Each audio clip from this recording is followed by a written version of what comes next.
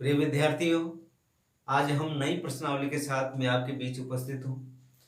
प्रश्नावली है हमारी 9 और प्रश्नावली 9 महत्वपूर्ण इसलिए बनती है कि ये हमें 6 अंक हमें प्रदान करती है और बहुत इजी प्रश्नावली है। बहुत कम परिभाषाएं इसके अंदर है, कम सूत्र है, मुश्किल से 4-5 सूत्र अगर हमको अच्छे से याद हो गए, 2-3 परिभाषाएं हमको अच्छे से याद हो गई तो 6 के 6 नंबर आपके पास होंगे।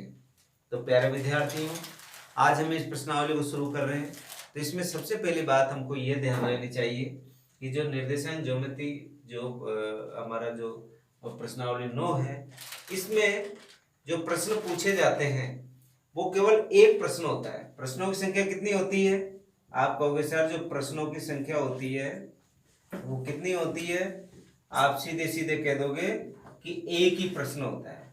कितने प्रश्न होते हैं? एक। अब एक प्रश्न में अभी बोल चुका आपके लिए कि वो कितने अंक की प्रश्नावली है, 6 अंक की है।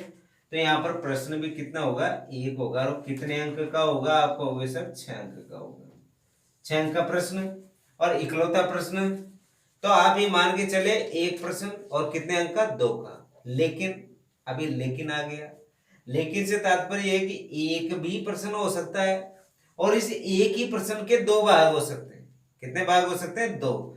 जैसे आ गया क्वेश्चन नंबर आपके पास है 27 मान के चलो, क्योंकि जो प्रश्न नंबर 26 से लेकर प्रश्न नंबर 30 जो कि बोर्ड परीक्षा में पूछे जाते हैं, वह कहां से कहां तक? 26 से 30 तक। उसमें से संभवतः या तो 26 या 27 या 28 नंबर का प्रश्न इस प्रश्नावली के अंदर से होगा। तो मान के चलो आप 27वें नंबर का प्रश्न है तो हो सकता है एक ही प्रश्न हो सकता है इस 27 में पहला हो और सेकंड हो, यानी डबल भी पूछ सकता है इसमें से। लेकिन प्रश्न कहां से होगा? प्रश्न प्रश्नावली 9 से होगा। तो ये बात आपके बिल्कुल मस्तिष्क में बिल्कुल जम चुकी होगी कि इस प्रश्नावली के अंदर से एक प्रश्न, और वह एक प्रश्न भी कितने अंक का होगा? 6 अंक का होगा। तो महत्वपूर्ण बनता है क्योंकि कम इसमें अभ्यास भी कम है। 9.1 9.2 दो ही अभ्यास है और 4-5 मुश्किल से इसके सूत्र हैं और कुछ परिभाषाएं जो कक्षा 6 से कक्षा 9 तक हमने जो पढ़ी है, जैसे त्रिभुज क्या है, समकोण त्रिभुज क्या है, समबाहु त्रिभुज क्या है, इधर से समद्विबाहु त्रिभुज क्या है, वर्ग क्या है, आयत क्या है, इनके बारे में आपको साधारण सी परिभाषाएं याद होनी चाहिए। अगर नहीं है तो मैं आपको बिल्कुल परिभाषाओं के साथ प्रश्नों को मैं निश्चित तौर पर हल कराऊंगा और आपको बहुत आनंद आने वाला है इस प्रश्नावली के साथ। तो शुरू करते हैं। सबसे पहले इसकी जो प्रस्तावना जिस पर हम बात कर रहे हैं, हम किसी भी प्रश्नावली को शुरू करते हैं तो उसकी जो प्रश्नावली का नाम होता है, जैसे इसका नाम है निर्देशांक ज्योमेट्री। ठीक है। अब देखिए यहाँ पर परिभाषा बनती है कि गणित की वह शाखा जिसमें ज्यामिति में बीजगणित का उपयोग हो निर्देशांक ज्योमेट्री कहलाती है। अब बीजगणित का अर्थ क्या होगा? जैसे मैंने आपको प्रश्नावली पढ़ाई थी, कौन सी? जो ग्राफ वाली प्रश्नावली थी। ग्राफ वाली प्रश्नावली में तो आप कहोगे सर ग्राफ वाली थी वो तो, और वहां पर मैंने आपको निर्देशांक बताए थे। जैसे वहां पर 2 निर्देशांक निकालते थे, x और y का मान हो सकता है एक एक आ जाए। हम यहाँ पर डिब्बे बना के निकालते थे x और y का मान, आपको पता हो उस प्रश्नावली के अंदर। तो उसी प्रश्नावली का रिपीटेशन है थोड़ा सा, तो और थोड़ी सी यहाँ पर नई बात है। तो वह शाखा जिसमें ज्योमेट्री में बीजगणित का उपयोग हो निर्देशांक ज्योमेट्री कहलाती है। किस प्रकार? देखो, इस ज्योमेट्री में बिंदु की स्थिति विशिष्ट संख्याओं जिन्हें निर्देशांक कहते हैं। जैसे आप ये मान के चले कोई कमरा है, कमरे में गुरुजी पढ़ा रहे हैं और बच्चे बैठ के पढ़ रहे हैं। अब आप देखो गुरुजी जिस जगह खड़े हैं, जैसे मैं भी यहाँ पर खड़ा हूँ, मेरे सामने 20 बच्चे बैठे हैं। तो बच्चे, एक पीछे वाला बच्चा एक अपने कागज पर एक ड्रॉ करेगा चित्र, और उस चित्र पर जहां पर गुरुजी खड़े हैं वहां पर एक निर्देश दिए कि बिंदु स्थापित किया उसने, और वहां पर लिख दिया टी, टी फॉर टीचर। तो वो सारे बच्चों को जब दिखाएगा तो सारे बच्चे समझ जाएंगे कि जो टी फॉर टीचर जो पॉइंट लगा हुआ है वो किसको प्रदर्शित कर रहा है? टीचर को प्रदर्शित कर रहा है। टीचर वहां पर खड़े खड़े हुए हैं, है ना। तो वो एक छोटा सा बिंदु किसको रिप्रेजेंट कर रहा है? टीचर को रिप्रेजेंट कर रहा है। तो निर्देश दे रहा है, वो बिंदु क्या दे रहा है? निर्देश दे रहा है कि अमुक जगह कौन कौन खड़े हुए हैं? गुरुजी खड़े हुए हैं, टीचर खड़े हुए हैं। तो ये क्या कहलाते हैं? निर्देशांक कहलाते हैं, जो निर्देश देते हैं, के द्वारा निरूपित की जाती है तथा इससे बनी विभिन्न आकृतियों को बीजीय समीकरणों द्वारा निरूपित किया जाता है। हमने उस प्रश्नावली में जब ग्राफ बनाया था, ग्राफ वाली प्रश्नावली हमारी पीछे निकल चुकी है, ठीक है। वहां पर हमने जब ग्राफ बनाया था, उस ग्राफ में हमने बीज गणित ली थी, यानी दो चर वाले रैखिक समीकरण लिए थे और एक्स और वाई के मान हमने वहां पर निकाले थे, और निकाल के किस पर ड्रॉ किया था? हमने ग्राफ पेपर पर, और वही एक्स अक्ष और वाई अक्ष लेकर हमने वहां पर ड्रॉ किया था। उसी बात को यहाँ पर रिपीट हो रही है कि बीजीय जो समीकरण थे के द्वारा निरूपित किया जाता है। इस प्रकार ज्योमेट्री की यह शाखा रेखा गणित तथा कौन कौन सी गणित? रेखा गणित और बीज गणित, रेखा गणित और बीज गणित के सम्मिश्रण से विकसित हुई है, यानी इसका निर्माण हुआ है।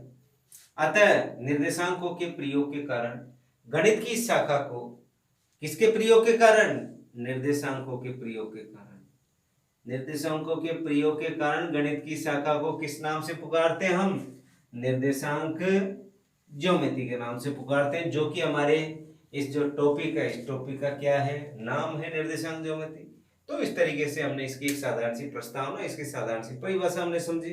अब आता है जो ग्राफ पेपर पे जब हमने पूर्व प्रश्नावली के अंदर जब हमने ग्राफ को ड्रॉ किया, तो एक्स अक्ष क्या है, वाई अक्ष क्या है, ये पद्धति कौन सी, उस पद्धति पर हम यहाँ पर बात कर रहे हैं। बात कर रहे हैं हम कार्तीय निर्देशांक की। देखिए, हमने कक्षा 9 के अंदर भी इसको हमने काफी डिटेल से वहां पर पढ़ा है, पूरा का पूरा टॉपिक कक्षा 9 के अंदर भी हमने पढ़ा है।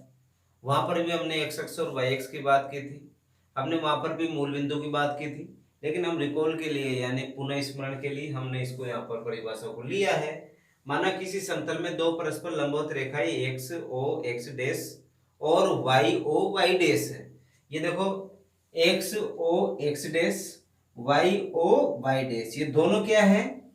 लंबवत रेखाएं, एक दूसरे के लंबवत है, यानी लंबवत का अर्थ हो गया 90 डिग्री का यहाँ पर क्या बन रहा है? कोण बन रहा है। कितने डिग्री का कोण बन रहा है? 90 डिग्री का। ये एक दूसरे पर क्या है? लंबवत है। अब देखिए, जो कि बिंदु ओ पर प्रतिच्छेद करती है, ये दोनों रेखाएं एक दूसरे को कहां पर प्रतिच्छेद कर रही है? ओ पर प्रतिच्छेद कर रही है। इस ओ वाले बिंदु को क्या बोलते हैं हम? मूल बिंदु। कौन सा बिंदु बोलते हैं डियर स्टूडेंट? आप कहोगे सर इसको कौन सा बिंदु बोलते हैं? मूल बिंदु बोलते हैं। अब देखिए आगे इसने क्या कहा, इन्हें निर्देशांक अक्ष कहते हैं। किसको कहते हैं? एक्स अक्ष और वाई अक्ष, यानी X O X dash, Y O Y अक्ष, वाई डैश को क्या बोलते हैं हम? निर्देशांक अक्ष बोलते हैं। और ओ को क्या बोलते हैं? मूल बिंदु बोलते हैं। मैंने आपको बता दिया, ये जो दोनों अक्ष एक दूसरे को ओ पर काट रहे हैं, इस ओ को, ओ वाले बिंदु को हम क्या बोलते हैं? मूल बिंदु। ओ नाम इसलिए दिया कि मूल बिंदु को हम ओरिजिन पॉइंट के नाम से समझते हैं, ठीक है, इसलिए ओ नाम दिया। एक्स ओ एक्स डैश और वाई ओ वाई डैश परस्पर क्या होते हैं? लंबवत होते हैं। मैं बता चुका आपको, ये क्या होते हैं? परस्पर लंबवत होते हैं। लंबवत का अर्थ ये कितने डिग्री के कोण होते हैं? 90 डिग्री के कोण होते हैं। हो गई बात पूरी। अतः एक्स ओ एक्स डैश और वाई ओ वाई डैश को समकोणिक अक्ष या आयतीय निर्देशांक अक्ष भी कहते हैं, क्योंकि इसके कोण क्या बराबर है? 90 के। देख लीजिए आप, क्योंकि परस्पर क्या लंबवत है, इसलिए। अब बात करते हैं कि जब हम मूल बिंदु से एक्स अक्ष की यानी एक्स की तरफ चलेंगे, तो सारे के सारे मान किस में होंगे? प्लस में होंगे, ठीक है। और जब इस मूल बिंदु से जब हम एक्स डैश की ओर आएंगे, तो सारे मान किस में होंगे? माइनस में होंगे। जब मूल बिंदु से ऊपर की ओर जाएंगे यानी वाई की तरफ जाएंगे, तो सारे मान किस में होंगे? प्लस में होंगे। और जब मूल बिंदु से नीचे की ओर आएंगे, तो ये मान किस में होंगे? आप कहोगे सर माइनस में होंगे। तो देखिए, ये यहाँ पर कितने भागों में बटा हुआ है? आप कहोगे सर 4 भागों में बट गया। इस पहले भाग को तो बोलते हैं प्रथम चतुर्थांश। प्रथम चतुर्थांश, यहाँ पर एक्स और वाई दोनों के मान होंगे, तो यहाँ पर एक्स का मान भी किस में निकलेगा? प्लस में, और वाई का भी किस में होगा? प्लस में होगा। तो आप कहोगे सर एक्स का मान भी प्लस में और वाई का मान भी प्लस में होगा। कौन से चतुर्थांश में? प्रथम चतुर्थांश में। ओके, अब दूसरे चतुर्थांश की बात करते हैं। यहाँ पर एक्स का मान किस में है? माइनस में है, तो ये आगे द्वितीय चतुर्थांश, ये द्वितीय चतुर्थांश की बात हम यहाँ पर कर रहे हैं। तो यहाँ पर x का मान किस में है, माइनस में, और y का मान किस में है, प्लस में है। ठीक है। इसी तरह तृतीय चतुर्थांश की बात करें, तृतीय चतुर्थांश, इसके अंदर आप देख लीजिए x का मान किस में है, माइनस में है, और y का मान किस में है, माइनस में है।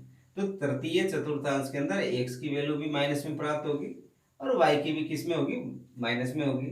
इसी तरह जब चतुर्थ चतुर्थांश की बात करें, ये चतुर्थ चतुर्थांश है, चतुर्थ चतुर्थांश, यहां पर x का मान किस में निकलेगा, प्लस में, और y का किस में आएगा, माइनस में।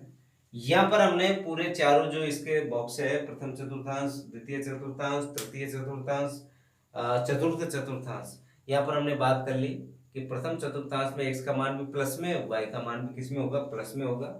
इसी तरह द्वितीय चतुर्थांश में हमने कहा x का मान किस में, माइनस में, और y का मान किस में, प्लस में। देख लीजिए आप, क्योंकि x को तो पहले ही तो लिखेंगे, तो x की वैल्यू तो किस में आएगी, माइनस में, और ये प्लस में। फिर तृतीय चतुर्थांश में x माइनस में होगा, y भी किस में होगा, माइनस में होगा, क्योंकि ये माइनस है, नीचे वाला भी माइनस है। अब देखिए चतुर्थ चतुर्थांश में x की वैल्यू किस में होगी, प्लस में होगी, और y की वैल्यू किस में होगी, माइनस में होगी। That's all. ये बात हमको जो हमारी जो इसके अंदर जो चतुर्थांशों के निर्देशांकों के जो चिन्ह है, उन चिन्ह परिपाटियों को हमने यहाँ पर बड़े आसानी से समझा है। आप देखो इसमें और क्या क्या हो सकता है। इसमें देखिए आप कहोगे सर, जैसे हम कहते हैं कि कोई सा भी हमने बात की कि हम बात करते हैं कि इसके अंदर और कौन कौन सी विशेषताएं यहाँ पर हो सकती है। अब विशेषताओं के अंदर हम बात करें कि x अक्ष और y अक्ष, ठीक है, तो आप कहोगे सर जो y पर स्थित किसी बिंदु के निर्देशांक, y पर स्थित किसी बिंदु के निर्देशांक, किस पर, y अक्ष की बात करें हम, कौन से बात की, x अक्ष की, ये x अक्ष लिया, इस पर कोई बिंदु है यहाँ पर, तो इस बिंदु पर x का मान तो कुछ होगा, लेकिन y का मान क्या होगा, 0 होगा। जब भी कोई बिंदु x अक्ष पर है, कौन से अक्ष पर है, x अक्ष पर अगर कोई बिंदु स्थित है तो x का मान तो वहां पर निकलेगा ही निकलेगा, कुछ न कुछ होगा, और y का मान क्या होगा, निश्चित 0 होगा। इसी तरह अगर y अक्ष पर है, कौन से अक्ष पर है, y अक्ष पर है, तो x का मान तो 0 होगा और y का मान कुछ निकलेगा। जैसे y अक्ष पर मैंने ले लिया यहाँ पर, ये कोई p बिंदु ले लिया, ठीक है, तो आप कहोगे सर y यहाँ पर तो कुछ मान तो होगा ना, जैसे हमने 1 2 और ये 3 माना, तो आप कहोगे सर y का मान तो 3 में आ गया, किस में है, ये माइनस में है, और x का मान, x का मान क्या होगा, यहाँ पर 0 होगा। इस तरीके से जब भी हम x अक्ष पर कोई बिंदु लेते हैं तो उस x अक्ष पर बिंदु के निर्देशांक निश्चित तौर पर क्या होंगे, x और 0, और y अक्ष पर अगर कोई बिंदु लेते हैं तो x की वैल्यू क्या होगी, 0, और y का कुछ मान होगा। जैसे यहाँ पर x लिखा था, 1 भी हो सकता है, 2 भी हो सकता है, 3 भी हो सकता है, कुछ भी मान हो सकते हैं, बट होगा, लेकिन y का मान क्या होगा, 0 होगा, ये ध्यान रखना।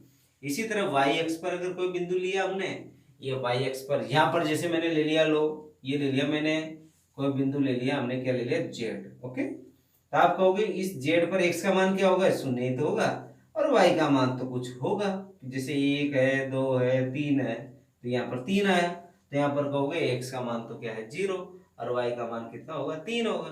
तो ये हमारे जहन में ये बात बिल्कुल कक्षा 9 से ही हमें पता है, कक्षा 9 के अंदर ये सारी बातें डिटेल में हम चर्चा कर चुके, तो कक्षा 9 की बात को ही मैंने यहाँ पर रिकॉल किया है प्यारे विद्यार्थियों।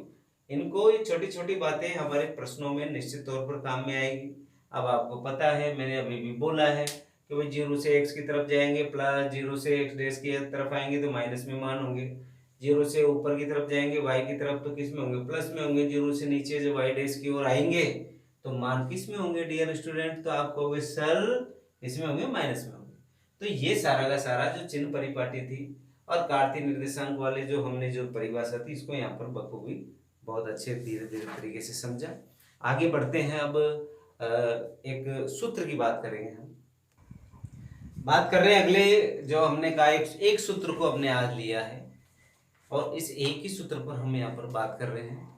इसमें कहा दो बिंदुओं के बीच की दूरी हमको ज्ञात करनी है। दो बिंदु मैंने लिए ए और बी।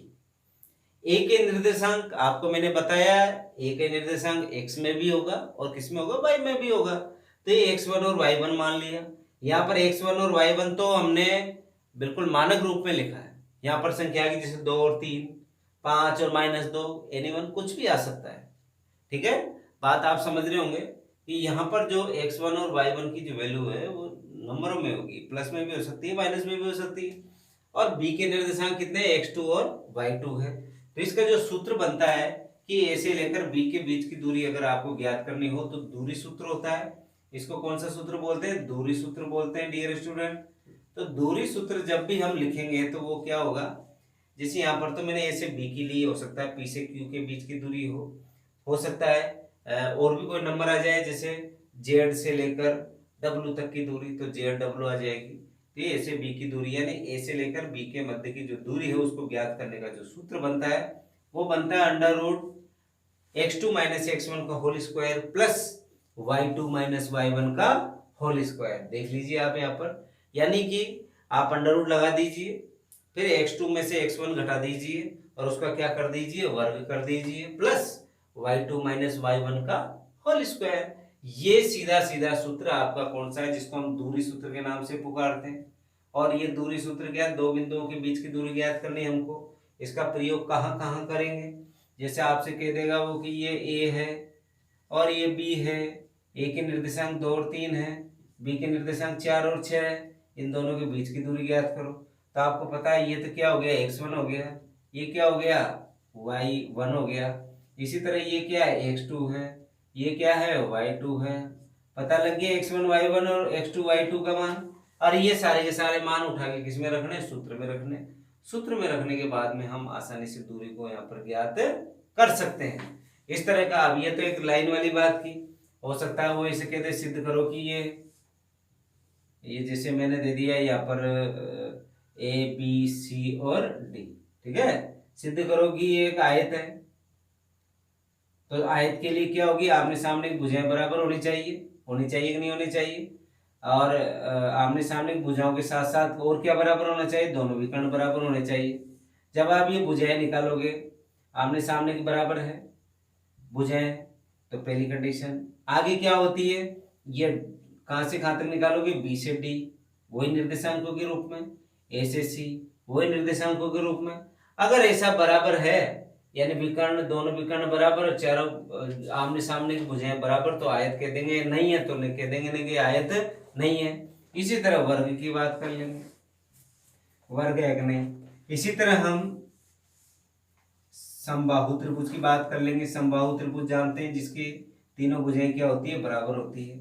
इसी तरह हम समद्विबाहु त्रिभुज की बात कर लेंगे, ऐसा त्रिभुज जिसकी दो भुजाएं क्या होती है, बराबर होती है, समद्विबाहु त्रिभुज होता है। इसी तरह हम समकोण त्रिभुज की बात कर लेंगे, ए बी और सी। समकोण त्रिभुज में वही कर्ण का स्क्वायर बराबर आधार का स्क्वायर प्लस लंब का स्क्वायर अगर ये पालन करता है तो ये कौन सा त्रिभुज होगा, समकोण त्रिभुज होगा।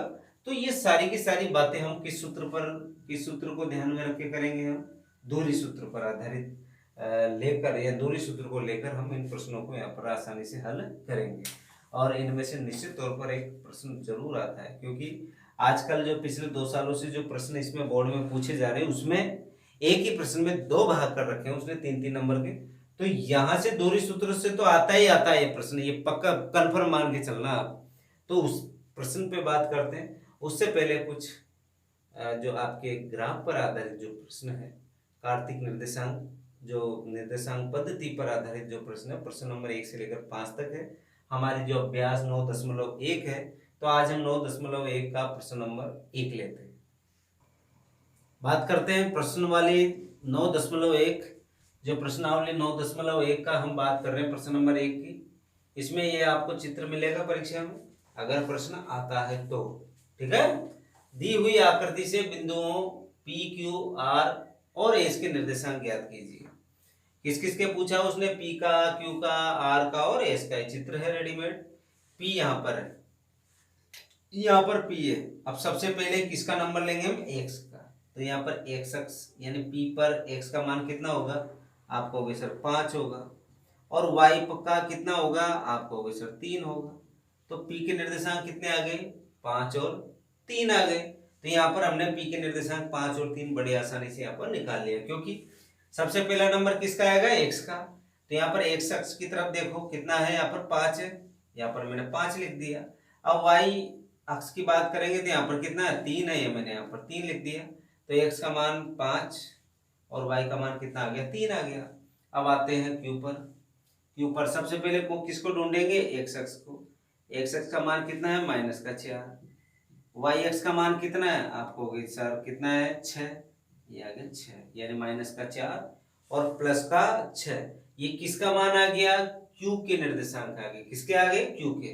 अब किसका नंबर आ गया, r का। r का जब हम नंबर लेंगे तो सबसे पहले x पर कितना है, यहाँ पर -3, ये -3 आ गया। y पर कितना है यहाँ पर डियर स्टूडेंट, 2, तो यहाँ पर आ गया -3 और 2। इसका क्या आ गया, आंसर आ गया। 2 किस में है, ये माइनस में, क्योंकि माइनस का है रो नीचे वाला। अब आ जाओ आगे, किसका नंबर है, एस का नंबर है। ये एस के निर्देशांक निकालेंगे। सबसे पहले एक्स का ढूंढो, एक्स का कितना है, 1 है और y का कितना है, -5 है। ये हमने p q r और s इसके निर्देशांक हमने बड़े आसानी से यहाँ पर निकाल लिए। जैसा जैसा उसने चित्र में दे रखा था, हमने सबसे पहला जो मान निकाला, यानी सबसे पहला जो x और y जो हमने निकाले, किसके निर्देशांक है, p का, q का, r का और s का, यानी सबसे पहले हम x फिर उसके बाद में y। ठीक है, इस तरीके से हम निर्देशांक आसानी से यहाँ पर प्राप्त कर सकते हैं। पी क्यू आर एस किसी भी तरह और भी अगर आपको दे तो आसानी से निकाल लें। अब इसका जस्ट अपोजिट दिया उसने, अब उसने निर्देशांक दिया है और इसको क्या करना है, आलेखित करना है, यानी आपको ग्राफ बनाना है। सीधा सीधा आप क्या करोगे, वही इसको 4 भागों में डिवाइड कर दीजिए। ये एक्स अक्ष होता है, ये एक्स डैश होता है, ये वाई अक्ष और ये कितना, वाई डैश अक्ष, ये बीच में मूल बिंदु ओ हो गया। यहाँ पर क्या किया, एक एक पैमाना मान लेते हैं। क्या मान लेते हैं, पैमाना। पैमाना समझते हो। यहाँ पर क्या होता है, जब भी हम ग्राफ खींचते हैं तो एक बड़ा खाना होता है, इसमें भी 4 छोटे खाने होते हैं इस तरीके से। तो इस बड़े खाने को मैं एक इकाई मान लेता हूँ। तो ये 1 2 3 4 और 5, क्योंकि 4 तक ही है। इधर चलते हैं, 0 से एक्स डैश की तरफ जाएंगे तो माइनस में होगा मान, -1 -2 -3 -4। इसी तरह कहाँ पर चलते हैं, y पर चलते हैं। तो y पर चलेंगे सारे मान प्लस में होंगे, 1 2 3 4 और ये 5। इसी तरह नीचे आएंगे, -1 -2 -3 -4। अब एक एक नंबर ले लेते हैं। ये एक, x का मान 1 और y का मान कितना, 2। x का मान तो 1 और y का मान कितना हो गया, ये 2 हो गया। तो यहाँ पर आ गया, इसको हमने नाम दे दिया ये a। a के निर्देशांक कितने, 1 और 2। पहली बात पूरी की हमने। a का हमने 1 और 2 यहाँ पर बड़े आसानी से निकाल लिया हमने, क्योंकि a किसका मान है, जो निर्देशांक, यानी a, ये a है, इसका a के निर्देशांक कितना, 1, ये x की वैल्यू, और ये 2 किसका, y का। ठीक है, तो ये 1 और 2 को हमने यहाँ पर ग्राफ पर प्रदर्शित किया। अब आ जाओ दूसरा नंबर, -1 और 3। -1 तो ये रहा, किसका, x का मान चाहिए, -1 ये रहा, और प्लस का कितना, 3, ये 3 आ गया। तो इसकी देखो ये डॉट डॉट करके हमने यहाँ पर क्या कर दिया, मिला दिया। तो ये जो आया इसको क्या नाम दिया, b। b के निर्देशांक कितना, -1 और 3। हमने यहाँ पर b के जो निर्देशांक लिए, -1 और माइनस का क्या ले लिया, देखो प्लस का क्या ले लिया, 3। ठीक है, इस तरह b के निर्देशांक आ गए। अब किसका लेते हैं, तीसरा नंबर, इसको c, यहाँ पर नाम ही दे देते हैं ना, b c d e और f। अब किसका नंबर है, c वाले का। x का मान तो -2 और y का मान -4। ये नीचे ये dot dot dot dot dot, यहाँ भी डॉट डॉट, तो ये बिंदु हो गया। इसको क्या नाम दे रखा, c। c के निर्देशांक कितने हैं, -2 और -4। हो गया काम पूरा हमारा। इसके बाद में अब आता है किसका, अगला जो d हमने नाम दिया, 3 और -2। 3 तो ये रहा, -2 नीचे रहा, ये 3 और -2 ये बिंदु, इसको क्या नाम दिया, d। इसको किससे प्रदर्शित किया, 3 और -2। ये 3 किसका है, आप कहोगे सर 3 है मान, ये किसका, x अक्ष वाला, और ये -2 कौन से अक्ष पर है, y अक्ष पर है। इसके बाद में अब e पे चलते हैं, 2 और 0, ये रहा 2 और y का मान क्या, 0, तो यहीं पर आएगा। तो ये बिंदु आ गया, इसका नाम क्या रख दिया, e। ये 2 और 0 आ गया। क्यों, क्योंकि यहाँ पर y की वैल्यू कितनी है, जो उसने मान दे रखा है वो कितना दे रखा है, 0 दे रखा है। अब आते हैं आगे, किसका नंबर है, f का 0 और 3। ये लो भाई 0, और ये रहा 3, ये 0 और 3 इस जगह इसको किस नाम से प्रदर्शित कर रखा हमने, एफ के नाम से। एफ का क्या है 0 और 3। इसी तरह ई का कितना था 2 और 0। इस तरीके से हमने ग्राफ पर जो ये निर्देशांक दे रखे हैं हमने नाम बना दिया इसका, एक ए है, बी है, सी है, डी है, ई है, एफ है, और A B C D E F को हमने किस पर ड्रॉ किया, हमने ग्राफ पेपर पर ड्रॉ किया, बड़े आसानी से इसको ड्रॉ कर दिया। आप चाहते हैं पैमाना जरूर लिख दें क्योंकि हमने पैमाना मान रखा है। पैमाना एक्स अक्ष पर 1 बड़ा खाना बराबर कितना इकाई माना था हमने, 1 इकाई। इसी तरह वाई एक्स पर 1 बड़ा खाना बराबर कितना माना हमने, 1 इकाई। तो ये पैमाना आप बना दोगे तो बहुत अच्छा लगेगा क्योंकि हमने ये इस तरह की बात हम पहले प्रश्नावली में कर चुके, जो हमारी ग्राफ वाली थी। तो ग्राफ वहीं पर पूछा जाएगा, यहाँ पर ग्राफ नहीं आता। मैंने जब से ये प्रश्नावली जुड़ी है तब तक मैंने ग्राफ नहीं देखा परीक्षा में, लेकिन हमको तो इसकी प्रैक्टिस पूरी होनी चाहिए। प्यारे विद्यार्थियों, आज हमने इस प्रश्नावली को हमने स्टार्ट किया है और स्टार्टिंग में हम आज केवल 2 ही प्रश्नों पर बात कर पाए हैं क्योंकि हमने इसकी प्रस्तावना, पूर्व ज्ञान और क्या क्या हमको आवश्यक कौन कौन सी परिभाषाएं हमको आवश्यक है उस पर हमने यहाँ पर बेसिकली हमने साधारण सी जानकारी यहाँ पर ली है। अगर आपको इस तरह की जो मैंने आपको बेसिक जानकारी दी है, अगर आपने इस जानकारियों को बहुत अच्छे से तैयार कर लिया प्यारे विद्यार्थियों, तो निश्चित तौर पर आपको एक भी प्रश्न आपके गलत नहीं होंगे, ये कन्फर्म मान के चलना। बस आपकी थोड़ी जिम्मेदारी बनती है आयत की परिभाषा। आपको पता है आपने सामने भुजाएं बराबर हो और उसके विकर्ण भी क्या होने चाहिए, बराबर होने चाहिए, प्रत्येक कोण 90 डिग्री का होना चाहिए, आयत की परिभाषा। इसी तरह वर्ग की परिभाषा, चारों भुजाएं बराबर और कोण भी क्या 90-90 के और विकर्ण क्या हो, बराबर हो दोनों। इसी तरह समबाहु त्रिभुज, विषमबाहु त्रिभुज, समद्विबाहु त्रिभुज, समकोण त्रिभुज, इसकी परिभाषा आपको आनी चाहिए क्योंकि इसका उपयोग हम यहाँ पर इन प्रश्नों पर करने वाले हैं। तो प्यारे विद्यार्थियों, आप कक्षा 6 की 7 की 8वीं की पुस्तक लेकर इनकी परिभाषाओं को आप लिपिबद्ध आपकी कॉपी में करें क्योंकि अब जो प्रश्न आएंगे, जो कल से जो हमारे प्रश्न शुरू होंगे वहां पर इनका उपयोग होगा। दूरी सूत्र, इकलौता सूत्र मैंने आज आपको बताया, वही दूरी सूत्र बराबर जैसे ए से बी के बीच की दूरी निकालें, चाहे आप पी से क्यू के बीच की दूरी निकालोगे तो वहां पर आपका जो सूत्र होगा दूरी सूत्र बराबर √x2 - x1 का whole square plus y2 - y1 का होल स्क्वायर। ये आज हमने बात की यहाँ पर, और साधारण सी हमने ये जो निर्देशांकों को हमने आपको आलेख में से आलेख पर ड्रॉ किया इस सवाल में, तो और यहाँ पर आपको आलेखित मिला था और आपने क्या निकाला, निर्देशांक निकाले हैं किसके, पी क्यू आर एस के। तो ये बातें हमारी बहुत बेसिक बातें थी।